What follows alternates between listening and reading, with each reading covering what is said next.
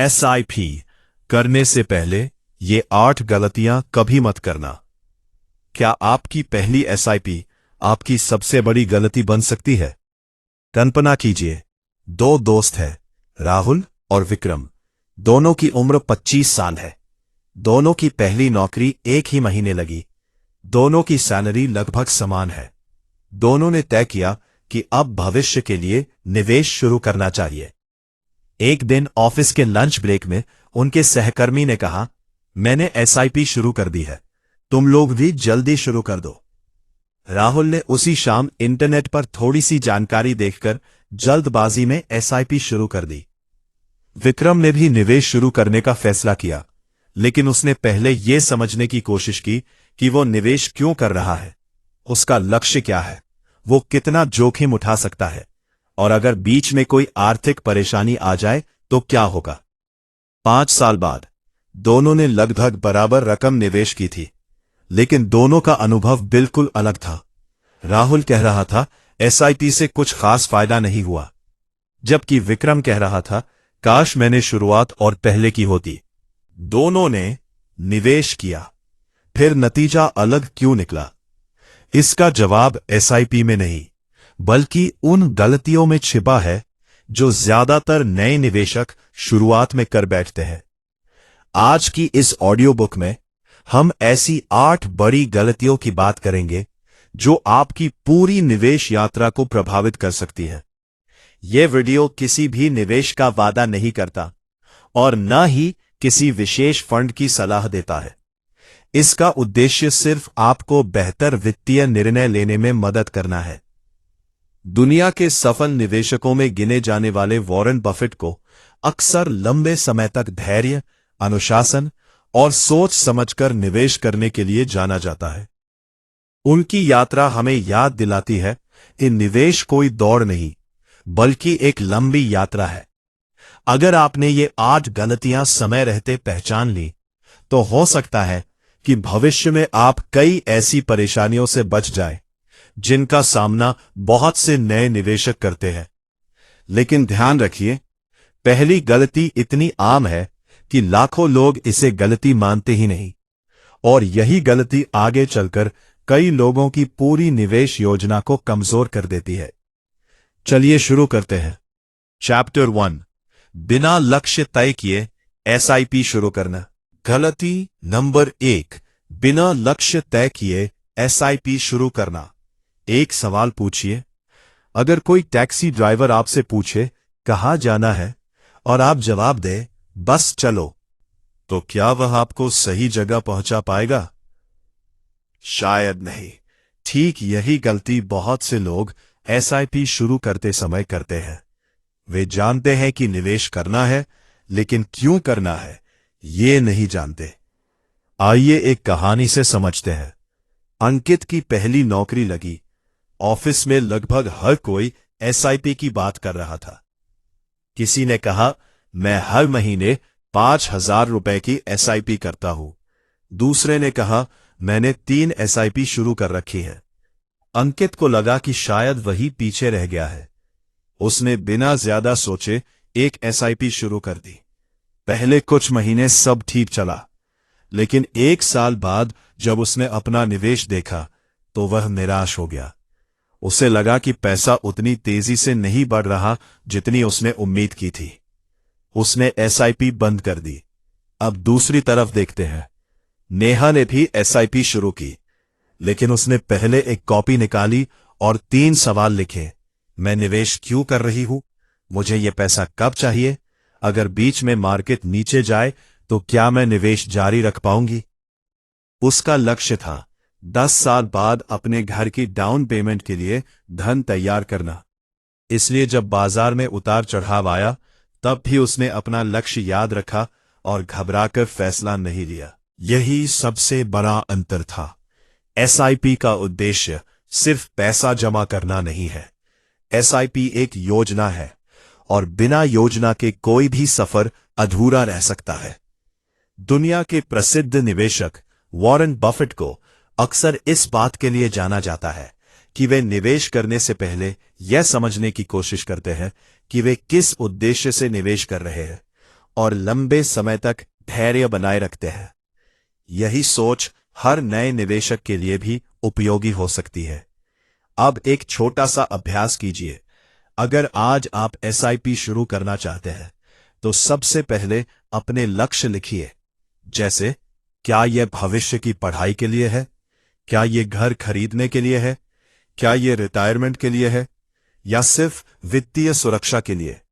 जब लक्ष्य स्पष्ट होता है तो कठिन समय में भी अनुशासन बनाए रखना आसान हो जाता है। याद रखिए, जिस निवेश का कोई लक्ष्य नहीं होता वह अक्सर बीच रास्ते में रुक जाता है। लक्ष्य तय कर लेना ही काफी नहीं है। एक दूसरी गलती ऐसी है जो लाखों लोगों को मजबूर कर देती है कि वे बीच में अपनी एसआईपी रोक दे, और यही गलती नंबर 2 है।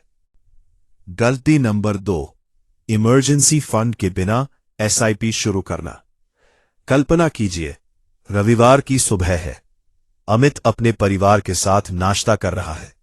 अचानक उसके पिता की तबीयत बिगड़ जाती है। उन्हें तुरंत अस्पताल ले जाना पड़ता है। इलाज शुरू होता है। कुछ ही घंटों में अस्पताल का बिल 80,000 रुपए के आसपास पहुंच जाता है। अमित के पास बचत बहुत कम थी। उसने सोचा, कोई बात नहीं, मेरी एसआईपी में तो पैसे पड़े हैं। उसे मजबूरी में अपनी एसआईपी से जुड़ा निवेश समय से पहले निकालना पड़ा। उस दिन उसे सिर्फ पैसों का नुकसान नहीं हुआ, उसकी कई साल की निवेश योजना भी टूट गई। अब दूसरी तरफ देखते हैं। वही स्थिति रोहन के साथ भी आती है, लेकिन रोहन ने निवेश शुरू करने से पहले अपने जरूरी खर्चों के लिए अलग इमरजेंसी फंड बनाया था। जब मेडिकल इमरजेंसी आई तो उसने उसी फंड का इस्तेमाल किया। उसकी एसआईपी बिना रुके चलती रही। कुछ महीनों बाद जब स्थिति सामान्य हुई, तब भी उसका निवेश अपने लक्ष्य की ओर बढ़ता रहा। दोनों की आय लगभग समान थी, फर्क सिर्फ तैयारी का था। यही वजह है कि बहुत से वित्तीय विशेषज्ञ सलाह देते हैं कि निवेश शुरू करने के साथ साथ आपातकालीन बचत रखना भी महत्वपूर्ण हो सकता है। इमरजेंसी फंड का मतलब यह नहीं कि पैसा हमेशा बैंक में बेकार पड़ा रहे। इसका मतलब है, अगर जीवन अचानक कोई चुनौती दे तो आपको अपने लंबे समय के निवेश को तोड़ना ना पड़े। अब खुद से एक सवाल पूछिए, अगर आज आपकी नौकरी चली जाए या घर में अचानक कोई बड़ा खर्च आ जाए, तो क्या आप बिना एसआईपी रोके कुछ महीनों तक अपने जरूरी खर्च चला सकते हैं? अगर जवाब नहीं है, तो शायद पहले अपनी आर्थिक सुरक्षा मजबूत करना जरूरी है। याद रखिए, एसआईपी भविष्य बनाती है, इमरजेंसी फंड वर्तमान को संभालता है। दोनों का अपना अलग महत्व है। दुनिया के सफल निवेशकों की एक सामान्य आदत यह भी रही है कि वे अनिश्चित परिस्थितियों के लिए तैयारी को हल्के में नहीं लेते, क्योंकि बाजार कब ऊपर जाएगा या नीचे ये कोई निश्चित रूप से नहीं बता सकता। लेकिन अपनी तैयारी कैसी होगी, ये फैसला हमेशा आपके हाथ में होता है। इस अध्याय की सबसे बड़ी सीख, ऐसी स्थिति मत आने दीजिए कि एक अचानक आई परेशानी आपकी कई वर्षों की निवेश यात्रा को रोक दे। लेकिन इमरजेंसी फंड बना लेने के बाद भी एक गलती ऐसी है जो नए निवेशकों को सबसे ज्यादा आकर्षित करती है। वे सोचते हैं, जिसने पिछले साल सबसे ज्यादा रिटर्न दिया वही सबसे अच्छा होगा। क्या यह सोच सही है? गलती नंबर 3, सिर्फ रिटर्न देखकर एसआईपी चुनना। एक दिन ऑफिस में लंच के समय सभी लोग निवेश की बात कर रहे थे। किसी ने कहा, इस फंड ने पिछले कुछ सालों में बहुत अच्छा रिटर्न दिया है। मैंने तुरंत एसआईपी शुरू कर दी। ये बात सुनकर आदित्य भी उत्साहित हो गया। उसने सोचा, अगर इसने पहले इतना अच्छा किया है तो आगे भी जरूर करेगा। बिना ज्यादा समझे उसने उसी विकल्प में एसआईपी शुरू कर दी। कुछ महीनों बाद बाजार में उतार चढ़ाव आया। उसके निवेश का मूल्य कम दिखाई देने लगा।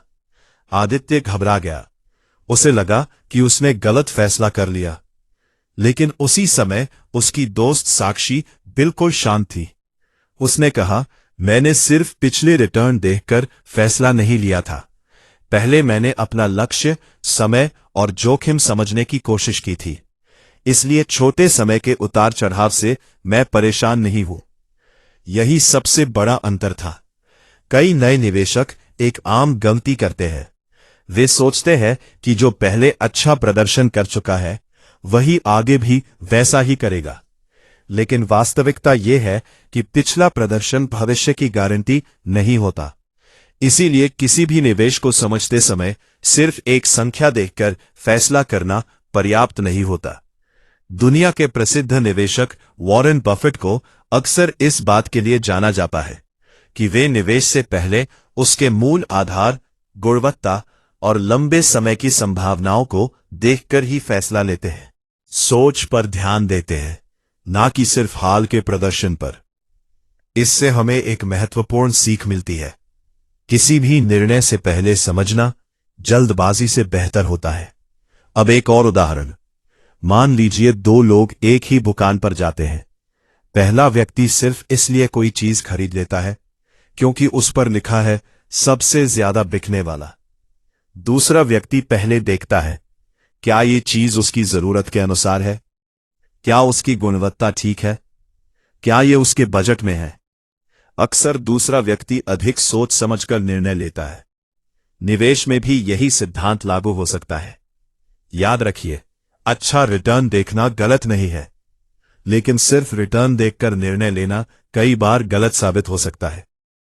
इस अध्याय की सबसे बड़ी सीख, हर निवेश का चुनाव अपने लक्ष्य, समय सीमा और जोखिम उठाने की क्षमता को ध्यान में रखकर करें। मान लीजिए आपने सही योजना बना ली, सही सोच के साथ एसआईपी भी शुरू कर दी। फिर अचानक एक दिन बाजार गिरने लगता है। समाचार चैनलों पर डर का माहौल है। सोशल मीडिया पर लोग कह रहे हैं सब बेच दो। ऐसे समय में क्या करना चाहिए? यही गलती लाखों लोग करते हैं, और यही है गलती नंबर 4। गलती नंबर 4, मार्केट गिरते ही एसआईपी बंद कर देना। साल 2020। समाचार चैनलों पर हर दिन एक नई चिंता, सोशल मीडिया पर डर। लोग कह रहे थे मार्केट लगातार गिर रहा है, अब क्या होगा? इसी समय दो दोस्त थे, करण और मोहित। दोनों कई महीनों से नियमित एसआईपी कर रहे थे। एक सुबह करण ने अपना निवेश देखा। उसकी वैल्यू पहले से कम दिखाई दे रही थी। वह घबरा गया। उसने सोचा, अगर अभी नुकसान दिख रहा है तो आगे पता नहीं क्या होगा। बेहतर है एसआईपी बंद कर दो। उसने जल्दबाजी में अपनी एसआईपी रोक दी। दूसरी तरफ मोहित भी वही गिरावट देख रहा था, लेकिन उसने तुरंत कोई फैसला नहीं लिया। उसने पहले खुद से 3 सवाल पूछे। क्या मेरा लक्ष्य बदल गया है? क्या मेरी आर्थिक स्थिति बदल गई है? या सिर्फ मार्केट में उतार चढ़ाव आया है? उसका लक्ष्य तो अभी भी 15 साल दूर है। उसकी नौकरी भी चल रही है और उसने इमरजेंसी फंड भी बना रखा है। इसलिए उसने घबराहट में फैसला नहीं लिया। समय के साथ बाजार में उतार चढ़ाव आते रहे, जैसा इतिहास में कई बार देखने को मिला है। लेकिन मोहित का सबसे बड़ा फैसला यह था कि उसने भावनाओं के बजाय अपनी योजना पर ध्यान दिया। यही एक महत्वपूर्ण सीख छिपी है। मार्केट का ऊपर नीचे होना सामान्य बात है, लेकिन हमारी प्रतिक्रिया अक्सर हमारे परिणामों को प्रभावित करती है। दुनिया के प्रसिद्ध निवेशक वॉरेन बफेट को अक्सर इस बात के लिए जाना जाता है कि वे बाजार के छोटे समय के उतार चढ़ाव के बजाय लंबे समय की सोच पर जोर देते हैं। इसका मतलब यह नहीं कि हर स्थिति में एक ही निर्णय सही होगा। अगर आपकी नौकरी चली जाए, कोई बड़ी जरूरत आ जाए या आपका लक्ष्य बदल जाए, तो आपकी योजना भी बदल सकती है। लेकिन सिर्फ डर या अफवाह के आधार पर फैसला लेना अक्सर समझदारी नहीं माना जाता। याद रखिए, मार्केट की सबसे तेज आवाज अक्सर डर की होती है। लेकिन अच्छे निर्णय कई बार शांति से लिए जाते हैं। अब जरा अपने बारे में सोचिए। अगर कल सुबह आप देखें कि आपका निवेश कुछ समय के लिए नीचे है, तो क्या आप बिना सोचे फैसला करेंगे या पहले अपने लक्ष्य और अपनी योजना को याद करेंगे? यही सवाल एक निवेशक और एक घबराए हुए व्यक्ति के बीच अंतर पैदा कर सकता है। लेकिन मार्केट से भी बड़ी एक गलती है जो लोग अक्सर उत्साह में कर बैठते हैं। वे सोचते हैं जितनी ज्यादा एसआईपी उतना ज्यादा फायदा। क्या सच में ऐसा है? यही जानेंगे अगले अध्याय में। गलती नंबर 5, बिना योजना के बहुत सारी एसआईपी शुरू कर देना। एक दिन रोहित अपने मोबाइल पर सोशल मीडिया स्क्रॉल कर रहा था। एक वीडियो में किसी ने कहा, मैंने 10 अलग अलग एसआईपी शुरू कर रखी है। दूसरे वीडियो में किसी ने कहा, जितनी ज्यादा एसआईपी उतनी जल्दी वेल्थ बनेगी। रोहित को लगा, अगर मुझे जल्दी आगे बढ़ना है तो मुझे भी कई एसआईपी शुरू कर देनी चाहिए। अगले ही हफ्ते उसने 1 नहीं, 2 नहीं, बल्कि 6 अलग अलग एसआईपी शुरू कर दी। शुरुआत में उसे बहुत अच्छा लगा। उसे महसूस हुआ कि वो अपने भविष्य के लिए बड़ा कदम उठा रहा है। लेकिन 3 महीने बाद घर का किराया बढ़ गया, मां की दवा का खर्च बढ़ गया, बाइक की सर्विस भी आ गई, और तब उसे एहसास हुआ कि महीने के अंत में उसके बैंक खाते में जरूरी खर्चों के लिए पर्याप्त पैसा नहीं बच रहा। अब उसके सामने मुश्किल फैसला था, कुछ एसआईपी बंद करे या जरूरी खर्च रोके। आखिरकार उसे जल्दबाजी में कुछ एसआईपी बंद करनी पड़ी। अब दूसरी तरफ देखते हैं। प्रिया की भी लगभग उतनी ही सैलरी थी, लेकिन उसने पहले अपना मासिक बजट बनाया। उसने अपने जरूरी खर्च लिखे, इमरजेंसी फंड का ध्यान रखा, फिर अपनी क्षमता के अनुसार उतनी ही एसआईपी शुरू की जिन्हें वो लंबे समय तक नियमित रूप से जारी रख सके। वो कम एसआईपी कर रही थी, लेकिन बिना तनाव के। यही अंतर था। निवेश का उद्देश्य सिर्फ ज्यादा योजनाएं शुरू करना नहीं है। उद्देश्य है जिस योजना को शुरू करें उसे लंबे समय तक निभा सके। दुनिया के सफल निवेशकों में एक बात अक्सर देखने को मिलती है, वे केवल अवसर नहीं देखते, वे अपनी क्षमता और जोखिम को भी समझते हैं। यही कारण है कि कई बार कम लेकिन व्यवस्थित योजना ज्यादा लेकिन अव्यवस्थित योजना से बेहतर साबित हो सकती है।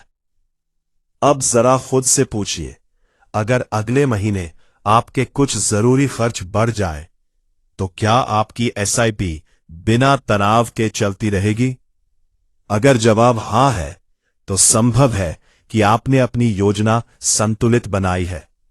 अगर जवाब नहीं है तो शायद अभी अपनी योजना की समीक्षा करने का समय है। याद रखिए, निवेश की सफलता केवल शुरुआत में नहीं बल्कि वर्षों तक लगातार बने रहने में छिपी होती है। लेकिन अभी 3 बड़ी गलतियां और बाकी हैं। अगली गलती बहुत शांत होती है। इसमें लोग एसआईपी बंद नहीं करते, लेकिन एक ऐसी चूक कर बैठते हैं जो वर्षों तक उन्हें पता ही नहीं चलती। यही है गलती नंबर 6। गलती नंबर 6, एसआईपी शुरू तो कर दी लेकिन कभी रिव्यू नहीं किया। कल्पना कीजिए, साल 2022, संदीप की पहली नौकरी लगी। उसने 3,000 रुपए महीने की एसआईपी शुरू की। उस समय उसकी सैलरी कम थी, जिम्मेदारियां भी कम थी। 2 साल बीत गए, उसकी सैलरी बढ़ गई, प्रमोशन मिला, लेकिन एक चीज नहीं बदली। वो आज भी सिर्फ 3,000 रुपए की एसआईपी कर रहा था। एक दिन उसने अपने पुराने दोस्त निखिल से मुलाकात की। निखिल ने पूछा, यार, तुम्हारी सैलरी तो पहले से काफी बढ़ गई है, क्या तुमने अपनी फाइनेंशियल प्लानिंग भी अपडेट की? संदीप कुछ सेकंड चुप रहा, क्योंकि उसने कभी इस बारे में सोचा ही नहीं था। उसे लगता था एक बार एसआईपी शुरू कर दी अब तो सब अपने आप हो जाएगा। यही गलती लाखों लोग करते हैं। एसआईपी शुरू करना आसान है, लेकिन समय समय पर अपनी योजना को देखना भी उतना ही जरूरी हो सकता है। जिंदगी बदलती रहती है, सैलरी बदलती है, जिम्मेदारियां बदलती हैं, लक्ष्य बदलते हैं, तो आपकी फाइनेंशियल प्लानिंग भी समय के साथ बदल सकती है। अब एक दूसरा उदाहरण देखते हैं। नेहा ने 5,000 रुपए की एसआईपी शुरू की थी। हर साल जब उसकी आय बढ़ी, उसने अपनी बचत और निवेश की योजना की भी समीक्षा की। उसने देखा कि क्या उसके लक्ष्य वही है, क्या उसकी बचत पर्याप्त है और क्या उसकी वर्तमान योजना उसके भविष्य के अनुसार सही बैठती है। उसने बिना जल्दबाजी के अपनी स्थिति के अनुसार छोटे छोटे बदलाव किए। यही अनुशासन उसे लंबे समय तक अपनी योजना पर टिके रहने में मदद करता रहा। ध्यान रखिए, रिव्यू का मतलब यह नहीं कि रोज अपना पोर्टफोलियो देखकर परेशान होना, और ना ही हर छोटी मार्केट न्यूज देखकर योजना बदल देना। रिव्यू का मतलब है समय समय पर यह देखना कि क्या मेरा लक्ष्य वही है, क्या मेरी आय बदली है, क्या मेरी फाइनेंशियल सिचुएशन बदली है, क्या मेरी योजना अभी भी मेरे लिए सही है। दुनिया के प्रसिद्ध निवेशक वॉरेन बफेट को अक्सर लंबे समय की सोच के लिए जाना जाता है।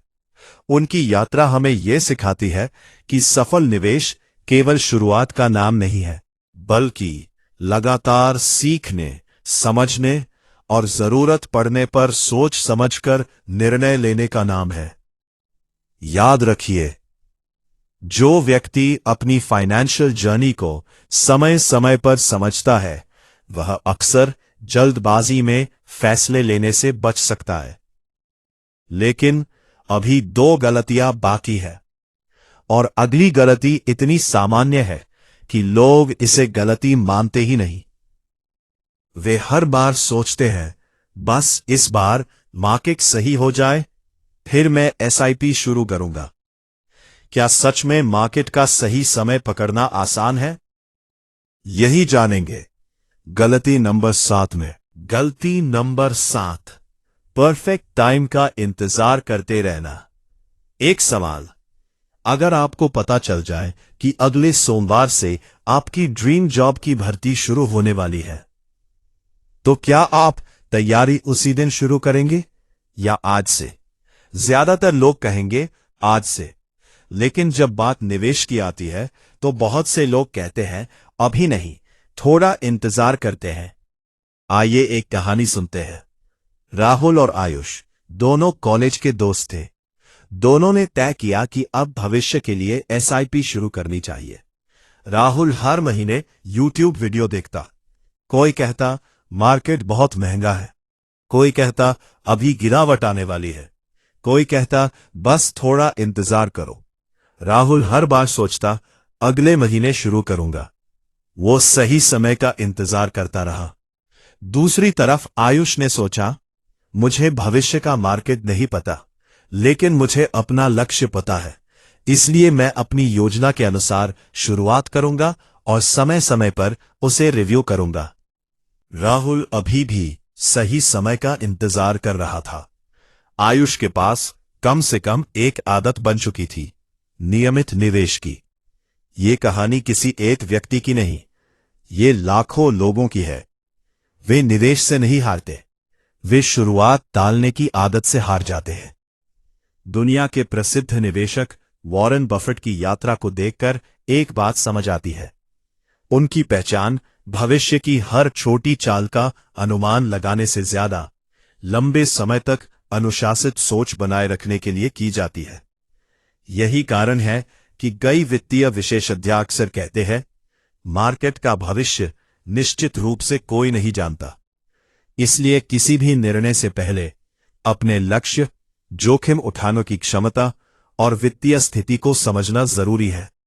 ध्यान रखिए, ये अध्याय ये नहीं कहता कि आपको बिना सोचे समझे निवेश करना चाहिए, बल्कि ये कहता है कि डर, अफवाह या हर दिन बदलती खबरों के आधार पर निर्णय लेना सही नहीं हो सकता। अगर आपको किसी बात की जानकारी नहीं है तो पहले सीखिए, समझिए, फिर निर्णय लीजिए। याद रखिए, परफेक्ट टाइम का इंतजार करते करते कई लोग अपनी सबसे कीमती चीज खो देते हैं। अब सबसे आखिरी गलती बची है, और यही गलती तय करती है कि कोई व्यक्ति वर्षों तक अपनी एसआईपी जारी रखेगा या बीच रास्ते में हार मान लेगा। गलती नंबर 8, धैर्य खो देना और जल्दी अमीर बनने की उम्मीद करना। आइए इस ऑडियो बुक की आखिरी कहानी सुनते हैं। साल 2015। एक ही कंपनी में काम करने वाले दो दोस्त थे, विवेक और अर्जुन। दोनों ने लगभग एक ही समय पर अपनी एसआईपी शुरू की। शुरुआत के कुछ महीनों तक दोनों बहुत उत्साहित थे, लेकिन एक साल बाद विवेक ने अपना निवेश देखा और कहा, इतने समय बाद भी मैं करोड़पति नहीं बना, इससे अच्छा तो मैं कहीं और पैसा लगा देता। धीरे धीरे उसका भरोसा कम होता गया। उसने एसआईपी रोक दी। कुछ साल बाद उसने फिर शुरू की, फिर बंद कर दी, फिर शुरू की। हर बार नई उम्मीद, हर बार अधूरा सफर। दूसरी तरफ अर्जुन का अनुभव अलग था। उसने शुरुआत से ही खुद से एक वादा किया था, मैं हर साल अपने लक्ष्य की समीक्षा करूंगा, लेकिन रोज रोज अपने भविष्य का फैसला नहीं करूंगा। उसने छोटे समय के उतार चढ़ाव को अपनी पूरी योजना पर हावी नहीं होने दिया। समय बीतता गया। उसने अपनी आय बढ़ाने पर काम किया, जरूरत पड़ने पर अपनी योजना की समीक्षा की, लेकिन अनुशासन नहीं छोड़ा। यही सबसे बड़ा अंतर था। दुनिया के प्रसिद्ध निवेशक वॉरेन बफेट की यात्रा को देखकर एक बात साफ समझ आती है। उन्हें अक्सर इसलिए याद किया जाता है क्योंकि उन्होंने लंबे समय तक धैर्य, अनुशासन और सोच समझकर निर्णय लेने की आदत बनाए रखी। ये कहानी सिर्फ निवेश की नहीं है, ये जीवन की भी कहानी है। कोई भी अच्छी आदत, चाहे वो पढ़ाई हो, स्वास्थ्य हो या निवेश हो, उसका परिणाम समय के साथ दिखाई देता है। अब आइए पूरी ऑडियो बुक की 8 सीख एक बार फिर याद करते हैं। पहली गलती, बिना लक्ष्य तय किए एसआईपी शुरू करना। दूसरी गलती, इमरजेंसी फंड के बिना निवेश शुरू करना। तीसरी गलती, सिर्फ पिछले रिटर्न देखकर फैसला लेना। चौथी गलती, मार्केट गिरते ही घबराकर एसआईपी रोक देना। पांचवी गलती, बिना योजना के बहुत सारी एसआईपी शुरू कर देना। छठी गलती, समय समय पर अपनी योजना की समीक्षा ना करना। सातवीं गलती, परफेक्ट टाइम का इंतजार करते रहना। आठवीं और सबसे बड़ी गलती, धैर्य खो देना और जल्दी परिणाम की उम्मीद करना। अब मैं आपको एक छोटा सा चैलेंज देना चाहता हूं। वीडियो खत्म होने के बाद सिर्फ 5 मिनट निकालिए, एक कॉपी और पेन लीजिए और लिखिए, मेरा फाइनेंशियल गोल क्या है? मैं हर महीने कितना बचा सकता हूं? क्या मेरे पास इमरजेंसी फंड है? क्या मेरी एसआईपी मेरे लक्ष्य के अनुसार है? अगर इन 4 सवालों के जवाब आपने ईमानदारी से लिख दिए, तो हो सकता है आज का दिन आपकी फाइनेंशियल जर्नी का सबसे महत्वपूर्ण दिन बन जाए। एसआईपी कोई जादू नहीं है, ये एक तरीका है जो अनुशासन, नियमितता और लंबे समय की सोच पर आधारित होता है। इसलिए किसी भी निवेश का निर्णय लेने से पहले अपनी रिसर्च करें, जरूरत हो तो योग्य वित्तीय सलाहकार से सलाह लें और वही योजना चुनें जो आपकी वित्तीय स्थिति और लक्ष्यों के अनुरूप हो। अगर आपको ये ऑडियो बुक उपयोगी लगी तो इसे उन लोगों तक जरूर पहुंचाइए जो अपनी फाइनेंशियल जर्नी की शुरुआत कर रहे हैं। वीडियो को लाइक कीजिए, चैनल को सब्सक्राइब कीजिए और बेल आइकॉन दबाइए ताकि ऐसी ही प्रैक्टिकल, रिसर्च बेस्ड और easy to understand Hindi audio books आपको सबसे पहले मिलती रहे। याद रखिए, दौलत सिर्फ पैसे से नहीं बनती, सही फैसलों, अच्छी आदतों और धैर्य से बनती है। धन्यवाद। फिर मिलेंगे अगली ऑडियो बुक में।